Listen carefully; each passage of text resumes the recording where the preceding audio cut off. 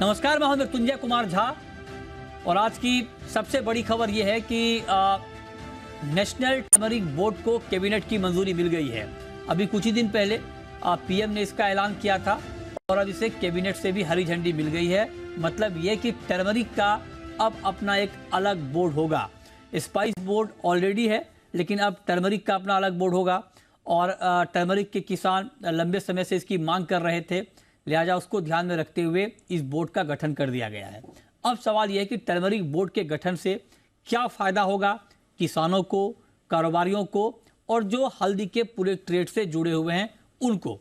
और इस पर बात करने के लिए हमारे साथ मेहमानों का एक खास पैनल है। हमारे साथ इस वक्त जुड़ रहे हैं एनसीडीएक्स के एमडी और सीईओ अरुण रास्ते साहब। हमारे साथ किरणदीप सुवानी हैं, सुवानी स्पाइसेस के। पूनम चंद गुप्ता हैं, हल्दी के ट्रेडर हैं। भाविक पटेल हैं, ट्रेडबुल्स के। और बीरेन वकील हैं, पैराडाइम कमोडिटी के। आप सभी का बहुत बहुत स्वागत है। और मेरा सबसे पहला सवाल अरुण जी आपसे होगा। सर, अभी कुछ ही दिन पहले आप लोगों ने ग्लोबल टर्मरिक कॉन्फ्रेंस किया और इम्पैक्ट देखिए कि कुछ ही दिन में ये नेशनल टर्मरिक बोर्ड का गठन हो गया। तो पहला सवाल आपसे मेरा यही होगा कि ये जो बोर्ड का गठन हुआ है नेशनल टर्मरिक बोर्ड का, इसका ग्राउंड पर क्या इम्पैक्ट होगा? सर मृत्युंजय जी, धन्यवाद। पहली चीज ये है कि हम लोग बहुत खुश हैं कि आप जैसे जानते हैं आज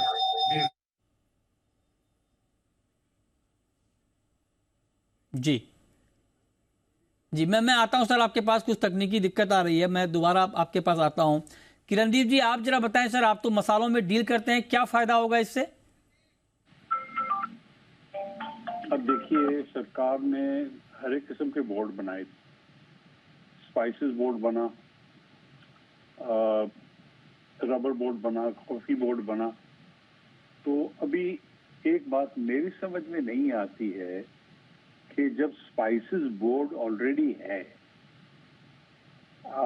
इसमें आपको टर्मरिक को सेग्रीगेट करके इसके लिए अलग बोर्ड बनाने का क्या फायदा होगा? That is my first question. अच्छा, लेकिन किसान तो आंदोलन कर रहे थे किरणदीप जी। किसान तो कह रहे थे उनको बोर्ड चाहिए। भाई ठीक है, अगर आप किसान के लिए कर रहे हो तो वो अच्छी चीज है। आफ्टर ऑल, माफ करना for me to say this, but the farmer is the father, son in law of the government. And but anyway, putting that aside, देखिए अभी आंदोलन जो फार्मर्स कर रहे थे is because of low prices. That has corrected by itself already now. And अगर low prices see that basically this was also a reason for this was over production. But anyway, the next point that I am little concerned और the big question mark, इसके अब exports जो है 1600 करोड़ की है। अच्छा। आप चाहते हो कि इसको मैं 8000 करोड़ बनाऊं। Do you think it is possible? नहीं होगा। नहीं होगा ना। अच्छा, तो let us set the limits and targets थोड़ा रियलिस्टिक होए ना अभी। अच्छा, तो आप कह रहे हैं कि ये जो एक्सपोर्ट का टारगेट है 8000 करोड़ का, ये रियलिस्टिक नहीं है। मैं आऊंगा आपके पास। हमारे साथ अरुण रास्ते जी एक बार फिर से जुड़ चुके हैं। अरुण जी, आप जरा बताएं सर, क्योंकि आपने अभी आप लगातार, आपके यहाँ कॉन्ट्रैक्ट भी है टर्मरिक का। फार्मर के लिए ये जो टर्मरिक बोर्ड के गठन को मंजूरी मिली है, ये कितना फायदेमंद होगा? सर, आप जरा बताएं। देखिए, फार्मर के लिहाज से अगर आप देखते हैं तो दो फायदे मुझे इसमें दिखते हैं। एक तो फोकस्ड अटेंशन होगा टर्मरिक पे, तो जो रिसर्च होगा उसमें थोड़ी सहायता होगी। जैसे आप देखते हैं कि अगर मेघालय की टर्मरिक है वर्सेस हमारी बासमती या निजामाबाद की टर्मरिक है, इन दोनों के भाव में बहुत ज्यादा फर्क है, क्योंकि क्यूरक्यूमिन कंटेंट दोनों का अलग अलग होता है।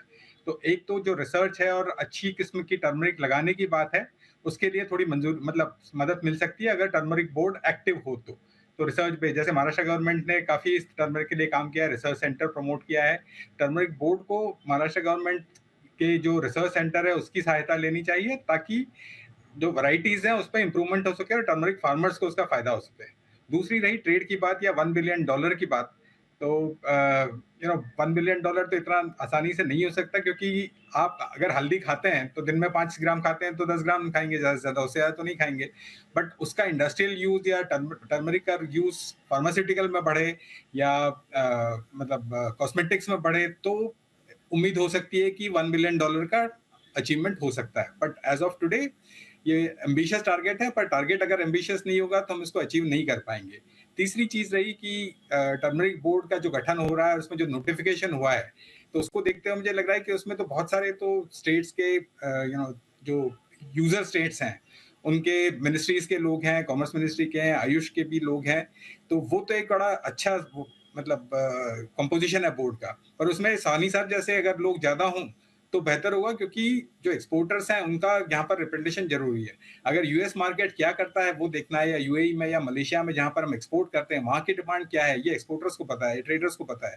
उनका रिप्रेजेंटेशन उस बोर्ड में होना बहुत जरूरी है। ऐसा नहीं हो कि सिर्फ ब्यूरोक्रेट्स या पॉलिटिशियंस ही उसमें बैठे हों और जो एक्चुअली जो एक्सपोर्टर्स हैं उनको मतलब इसमें रिप्रेजेंटेशन नहीं मिले, तो उनका रिप्रेजेंटेशन थोड़ा ज्यादा होना चाहिए, यही हमारी उम्मीद होगी। अच्छा, तो आप कह रहे हैं कि जब एक्चुअल जो स्टेक होल्डर्स हैं उनका पार्टिसिपेशन बढ़ेगा तो ये ट्रेड और बढ़ेगा। एक सवाल आपसे और अब अरुण जी, कि जब मैं नेशनल अभी ग्लोबल टर्मरिक कॉन्फ्रेंस में था तो वहाँ ये बात हो रही थी कि वैल्यू एडिशन का पोटेंशियल है टर्मरिक में बहुत ज़्यादा। उस दिशा में इस बोर्ड के आने का क्या फ़ायदा होगा, इस पर क्या कहेंगे आप? देखिए, वैल्यू एडिशन की 2 या 3 संभावनाएं बनती है। अगर जब हम 3 साल पहले की बात करें, उस समय मैं एनडीडीबी में हुआ करता था और उस समय टर्मरिक मिल्क की डिमांड सडनली बढ़ गई और अचानक आपने देखा कि सब जगह हर मतलब जैसे अमूल हो, मदर डेयरी हो, सभी ने टर्मरिक मिल्क लॉन्च कर दिया था। तो एक नया यूज हुआ था और नया पॉपुलैरिटी उसमें बढ़ गई थी। अब टर्मरिक लाते उसके बाद काफी पॉपुलर हो गया इंटरनेशनली भी। तो ये तो हुई मतलब खाने वाली बात, मतलब अपने मसालों को मसाला छोड़ के बाकी किस जगह यूज कर सकते हैं खाने में भी, वो पहली चीज होगी। दूसरा, जैसे मैंने कहा, कॉस्मेटिक। हमें याद है कि बचपन में एक विको वज्रदंती की ऐड आया करती थी, तो विको एक मतलब टर्मरिक बेस्ड काफी, या पतंजलि ले लीजिए, टर्मरिक बेस्ड कॉस्मेटिक बनाते हैं। क्या इसको थोड़ा एक्सटेंड करके लाइफस्टाइल प्रोडक्ट बनाया जा सकता है? मेंथा है, ग्वार है, अब ये इनमें थोड़ा ग्लैमर आ गया, टर्मरिक में ग्लैमर की कमी है। उसको ग्लैमर लाने की जरूरी है कि ये बोर्ड थोड़ा मार्केटिंग का सेवी हो, उसका मार्केटिंग सेवी तरीके से किया जाए, ताकि आज की जो जनरेशन वाई जेड जो है, जनरेशन जी या जनरेशन वाई कहते हैं या जनरेशन एक्स कहते हैं, इन तीनों जनरेशन को टर्मरिक ऐसा नहीं लगे कि दादी जी का टर्मरिक है, उनको ये लगे कि ये फैशनेबल चीज है। और उसको कनेक्ट करने के लिए जो डिमांड क्रिएट करनी होगी वो मार्केटिंग वालों को करनी होगी, सानी साहब जैसे लोगों को करनी होगी। वो अगर इसको कर पाए तो टर्मरिक की खपत बहुत ज्यादा बढ़ सकती है। ठीक है, हमारे साथ पूनम चंद गुप्ता भी हैं। गुप्ता जी, ट्रेडर के लिए ये बोर्ड कितना फायदेमंद होगा? हेलो जी। ये मैं बहुत खुशकिस्मत हूँ कि हमारे निजामाबाद में कल प्राइम मिनिस्टर साहब आए। हाँ। और निजामाबाद में ही उन्होंने टर्मरिक बोर्ड का जो अनाउंसमेंट किया है, हाँ। उससे सभी को काफी फायदा होगा, विशेषकर किसानों को ज्यादा होगा। क्योंकि किसानों को नई, अभी भी हमारा निजामाबाद का जो एरिया है बैकवर्ड एरिया ही समझिए, नए नए टाइप की टर्मरिक अभी भी नहीं लगती है यहाँ पे। जो पुराने एक चलते रहता है वही मतलब सीडिंग होती है। अब ऐसा नए नए जिसकी कर्क्यूमिन ज्यादा है वो मतलब सीड्स ये टर्मरिक बोर्ड उनको प्रेफर करेगी। दूसरा, हमारे पास निजामाबाद में अभी तक लैब नहीं है, बड़ी लैब, तो ये टर्मरिक बोर्ड वाले लैब भी लगाने के उसमें है। क्योंकि आज भी हमारे को लैब के लिए या तो हैदराबाद या इंदौर या बॉम्बे जाना पड़ता है। तो नया एक लैब आ रहा है, वो भी एक हमारे लिए बहुत खुशखबरी की बात है। तीसरा, व्यापारियों को जो फायदा है वो उनको एक जीआई टाइप में हो गया है कि हाँ भाई ये टर्मरिक बोर्ड पे उन्हें पास किया हुआ है, तो जीआई टैग की वजह से थोड़ा प्राइजेस में भी प्लस मिलेगा और एक्सपोर्ट का भी डेफिनेटली इसमें मतलब ज्यादा हो सकता है। जो अभी 1800 मेट्रिक टन हो रहा है वो बढ़ के 4 से 5,000 मेट्रिक टन बहुत जल्दी हो सकता है। और वो थोड़े दिनों में 8,000 का जो टारगेट दे रहे हैं वो भी पूरा होना कोई बड़ी बात नहीं है। अभी किरण जी ने भी जो कहा है कि वो लो प्राइस के वजह से अभी तक जरूर ये लोगों का एजिटेशन चल रहा था किसानों का, परंतु और एक जो था कि इसका जो वॉल्यूम है बहुत ज्यादा है टर्मरिक ठीक है सर, ठीक है पूनम चंद जी, आप कह रहे हैं कि ये बहुत फायदे वाली बात है। बहुत शुक्रिया आपका हमारे साथ जुड़ने के लिए किरणदीप जी। लेकिन एक बात मैं आपसे और पूछना चाह रहा हूँ सर कि टर्मरिक के लिए अलग से बोर्ड बनाने का ऐलान हुआ है। मतलब मैं जानना चाहता हूँ कि सिर्फ टर्मरिक ही क्यों, जो आप बेहतर बता पाएंगे, जो कि ऑलरेडी स्पाइसेस बोर्ड है, मसाला बोर्ड है, बहुत सारे मसाले उसमें हैं, तो टर्मरिक के लिए ये अलग से बोर्ड गठन हुआ है, इसके लिए कुछ खास वजह आप देख रहे हैं, क्यों ऐसा हुआ है? देखिए जहाँ साहब, इसमें ऐसा है कि अगर आप देखिए स्पाइस बोर्ड है, ठीक है जी, स्पाइस बोर्ड का जो मैंडेट है, this is only for the agro part of cardamom. बाकी का सारा इनका एक्सपोर्ट प्रमोशन का काम है। अभी टर्मरिक का अलग बोर्ड बन रहा है, तो इसमें जो ग्राउंड वर्क है, एग्री का जो वर्क है, ये सब टर्मरिक बोर्ड के स्कोप में आ जाएगा। सेकेंडली, जैसे गुप्ता साहब ने भी सही कहा है, राइट सर, कि to make the turmeric board effective and proactive, trade का पार्टिसिपेशन बहुत जरूरी है। ओके। अगर आप कोई भी दूसरे बोर्ड्स में देखिए, स्पाइस बोर्ड देख लो या कॉफी बोर्ड देख लो या और भी जो कमोडिटी बोर्ड्स हैं, उसमें it's 50-50 between bureaucrats and industry. ठीक है, तो मतलब आप ये कह रहे हैं कि ये क्यों बनाया गया है, इसका क्या इंपॉर्टेंस होगा। लेकिन अरुण जी, एक बात मैं आपसे और पूछना चाह रहा हूँ सर, वैरायटी की बहुत बात हो रही है कि और इसमें रिसर्च की गुंजाइश है कि ज्यादा से ज्यादा अच्छी क्वालिटी का सीड मिले। उस दिशा में इस बोर्ड की भूमिका को आप किस तरह से देख रहे हैं, और क्या इस बोर्ड के गठन से नई वैरायटी हमें मिल पाएगी सर?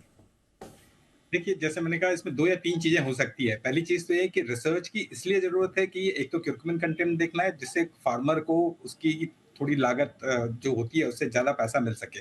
दूसरा ये, जैसे मैंने कहा कि मेघालय में कुछ वैरायटीज हैं जो ज्यादा मतलब हमें रिटर्न दे सकती हैं। क्या वो मेघालय की वैरायटीज निजामाबाद ला सकते हैं या वसमत ला सकते हैं या सांगली ला सकते हैं? ये इसमें मतलब इस वक्त जैसे महाराष्ट्र गवर्नमेंट ने एक रिसर्च सेंटर खोला हुआ है, पर वो स्टेट स्पेसिफिक है।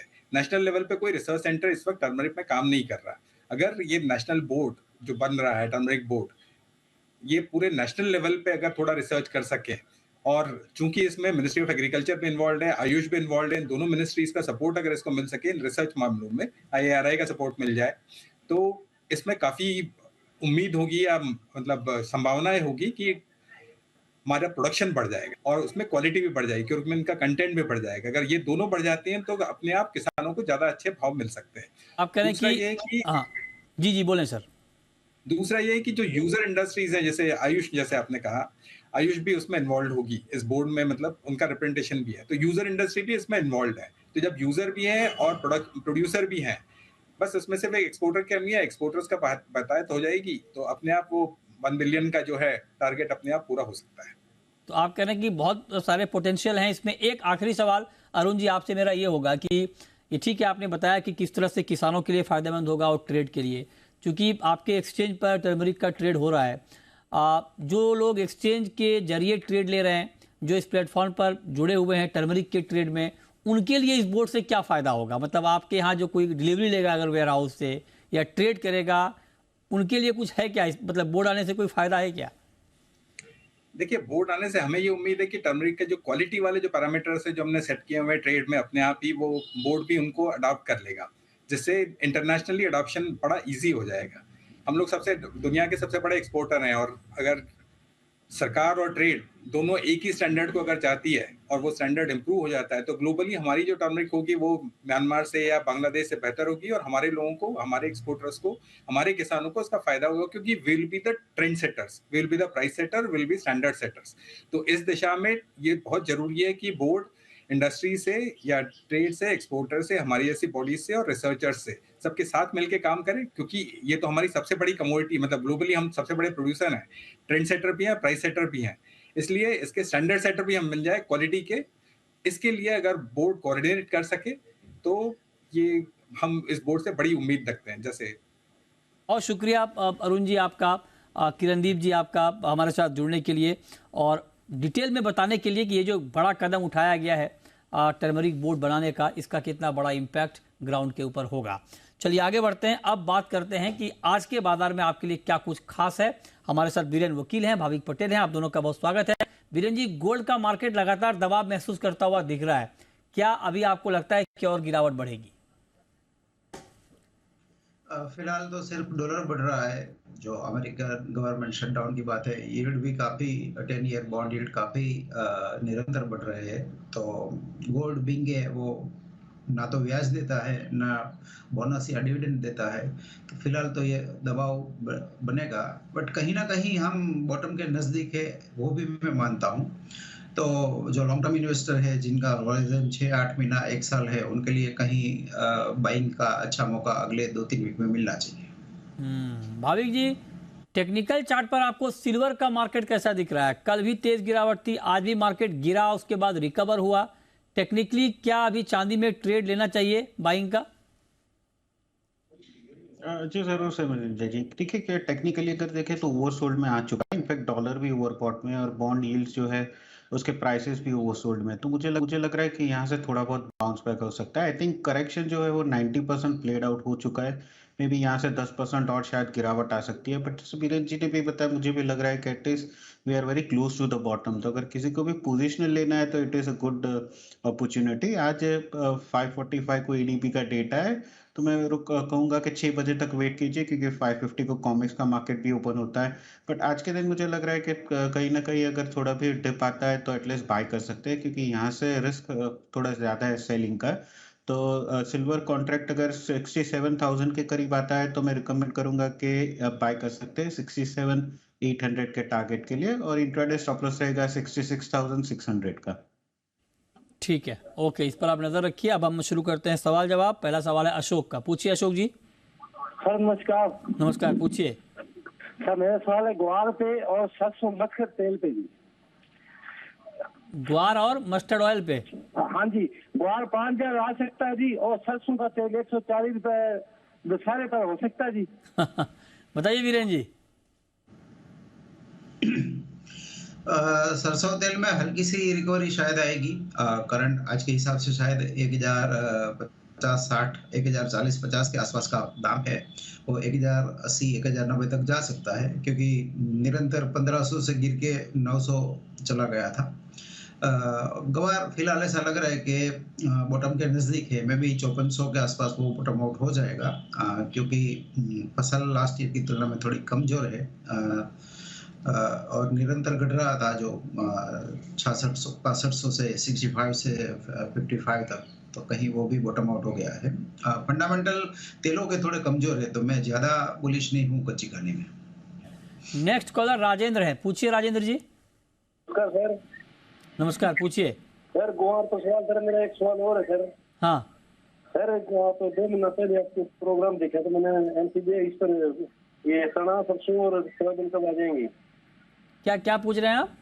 चना सरसों और सोयाबीन कब आ जाएंगे वायदा में सर? कब आ जाएंगे? ओहो, वायदा में कब आ जाएंगे? देखिए, इसका प्रयास तो चल रहा है, लेकिन अभी इसको लेकर कोई ऐसी खबर नहीं है कि मैं आपको बताऊं कि कब आएगा।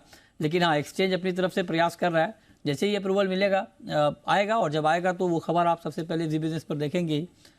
ग्वार पर भी आपको राय चाहिए, तो भाविक जी ग्वार में क्या करें? आज कल की गिरावट के बाद आज मार्केट संभलता हुआ दिखा है, लेकिन क्या बाइंग का लेवल है, ये करना चाहिए या रुकना चाहिए? अभी क्या सुझाव आपका? नहीं, मुझे भी लग रहा है जैसे बीरेन सर ने बताया कि आई थिंक 5300 से 5200 एक बॉटम आना चाहिए, क्योंकि फंडामेंटल्स देखें तो अभी भी स्ट्रांग है। कंपैरेटिवली इस बार यील्ड जो है वो कम ही आने वाली है। पता नहीं कितने प्राइसेस क्यों गिर रहे हैं, बट यहाँ से मुझे लग रहा है कि ऊपर ही जाएगा। तो अगर किसी को भी पोजिशनल 1 वीक लेना है तो करंट मार्केट प्राइस से ही बाय कर सकते हैं 5300 के स्टॉप लॉस से, और 1 वीक का टारगेट ऊपर रख सकते हैं 5700 का। ओके, ठीक है। नेक्स्ट कॉलर रामनिवास है। पूछिए रामनिवास जी। जी आदरणीय मृत्युंजय जी, नमस्कार। नमस्कार सर, पूछें। सर मेरा कॉपर पे सवाल है, करंट रेट पे बाय या सेल, और सर मैंने आपसे कुछ बात भी करनी थी। बात तो अलग से कर लेंगे, अभी कॉपर पे राय आपको दे देते हैं, है ना। तो कॉपर पर बीरेन जी आप बताइए सर, क्या करना चाहिए? 703 रुपये 20 पैसे का प्राइस है। क्या सुझाव होगा आपका, क्या करना चाहिए इनको? टेम्पररी हल्का सा 1-2 दिन के नजरिए से बाई किया जा सकता है 701 702 इवन करंट लेवल पे भी स्टॉप लॉस 696 का होना चाहिए। चाइना बंद है इसलिए थोड़ी सीमित दायरे का कारोबार होगा, बट काफी गिरा है तो पुल बैक में मैं 708 710 तक एक्सपेक्ट कर रहा हूँ। ठीक है, ओके, इस पर आप नजर रखिए। क्रूड पर भाविक जी क्या व्यू है आपका? कच्चे तेल में क्या किया जाए सर? देखिए, कच्चे तेल में अगर आज देखें तो ओपेक की बैठक पे भी जो आया है कि सऊदी अरेबिया है वो जो उनका प्रोडक्शन कट है वो कंटिन्यू रहेगा दिसंबर तक का, और ऑलरेडी मुझे लग रहा है कि 95-98 जो ब्रांड पे हमने देखा है वो सस्टेनेबल नहीं है। मुझे लग रहा है कि और भी करेक्शन आ सकता है, और क्योंकि अगर जो क्रूड के लिए पॉजिटिव न्यूज़ था उसमें भी अगर प्राइसेस हम देख रहे हैं तो गिरावट है, दैट मीन्स कि अभी जो लॉन्ग पोजीशन है मुझे लग रहा है कि थोड़ी लिक्विडेट हो रही है और प्रॉफिट बुक हो रहा है। तो आई थिंक क्रूड में सेल ऑन राइज की रणनीति रखनी चाहिए। 7360 के करीब अगर मिलता है इंट्राडे तो शॉर्ट कर सकते हैं 7250 के टारगेट के लिए, और स्टॉप लॉस रख सकते हैं 7440 का। अंकित है नेक्स्ट कॉलर, पूछिए अंकित जी। मृत्युंजय जी, मुझे भाविक जी से क्वेश्चन पूछना है। इंट्राडे में गोल्ड में क्या करना चाहिए? मैंने अभी बाय किया है 56,899 पे। 56,899 पे आपने बाय किया है? या क्या करना चाहिए भाविक जी?